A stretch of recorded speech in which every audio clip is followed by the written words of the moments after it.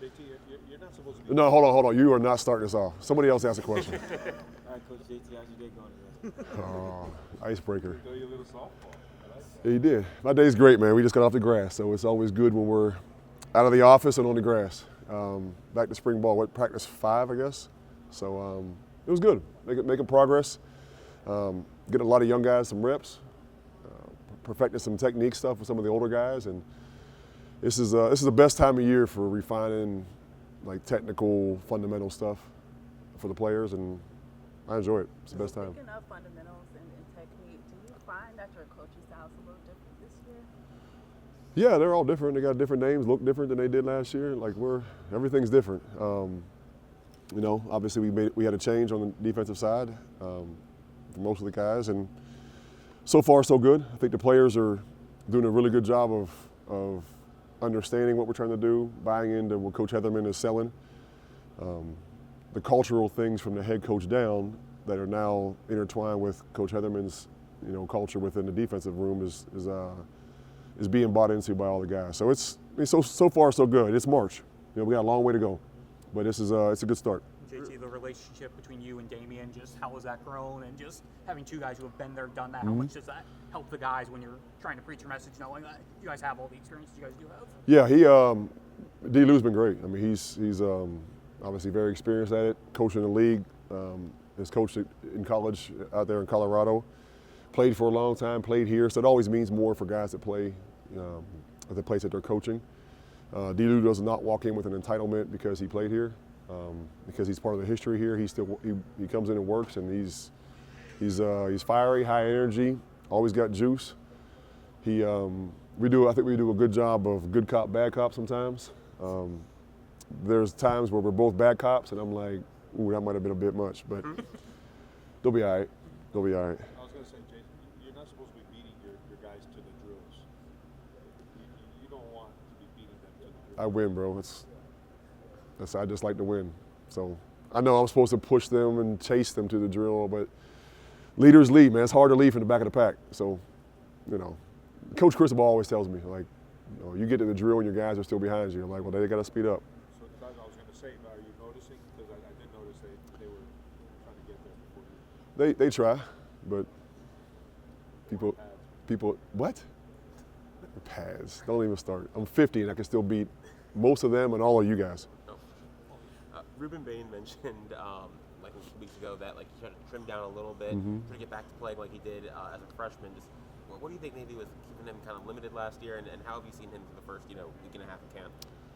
Well, last year, I mean, he had an injury the second play of the game, so that would have put him out 5 weeks, I think, or whatever it was. So that's what held him back. People talk about sophomore slump and all that crap. Like, the guy got hurt second play of the game.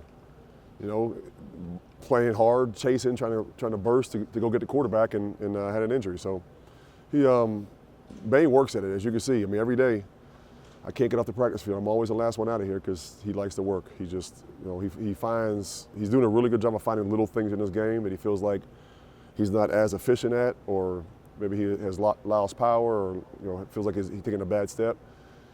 And he finds those things every day, and we work him after practice. So he's in line to do what he's supposed to do and what we all expect he will do.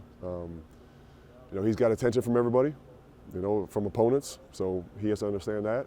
He's not going to have a whole lot of one-on-ones at times. We're going to do a good job of scheming things up and giving him and all the guys opportunities. We got a lot of guys up front that can get after it, and I'm looking forward to Bain having a big year. What do you think you learned from having that position role last year for the first time that you're going to bring this year? I'm sorry, I couldn't hear. What do you think you learned from last year, kind of being the defensive head coach that you're going to bring to this year? Well, you always learn stuff throughout the process. I mean, it's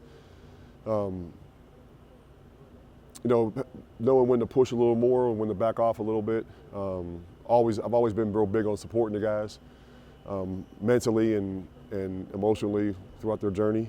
There's different things throughout the course of the year, different ways I think to pass information on, game plan information on, that allows young guys or guys that are new to it to be able to absorb that and be able to use it on game day. Sometimes I think we inundate them with so much information that they get paralysis by analysis. So figuring out what's important, like what does this particular player need to see in this position versus this look, that he could use as a pre-snap key and not drown them with information.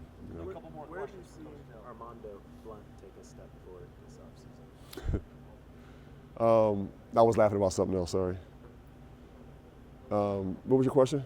Where do you Armando? see Armando take a Armando's step Armando turned 18 a few weeks ago. It's crazy. He's been here for a year. He just turned 18 a few weeks ago, and he's gotten bigger. He's gotten stronger. He's healthy. He's loves football. He loves contact. He's violent as hell. All the things you want in a D lineman. He's doing a good job of learning what we're doing in the system. I think he likes it because it's less having to think about stuff and you just go and butt heads with somebody and dent face mask, and that's what he is. He's just, you know, he's played inside, he's played outside. Armando's going to be a really, really, really, really good football player. Speaking of young guys, Hayden Lowe, it seems like he stood out a bit in practice so far. Just coming in, like, it seems like he's built like he's already a junior or senior. Like, what have you seen from him? Hayden Lowe's, yeah, he's 18. He's built like a grown man. Obviously, he eats a lot of oatmeal, so he takes care of his body. We're really high on him. We recruited him and thought very highly of him. I think he's one of the top edge players in the country. He's coming here. It's not disappointing. If you watch Armando run and Hayden Lowe run from the back, if they're running away from them, they look the same. Like the size of those 18-year-olds, it's crazy. What's the oatmeal line? Is that like just a saying? No, he always talks about oatmeal. He says he credits oatmeal for his body being the way it is. I think he's full of crap. Full of oatmeal.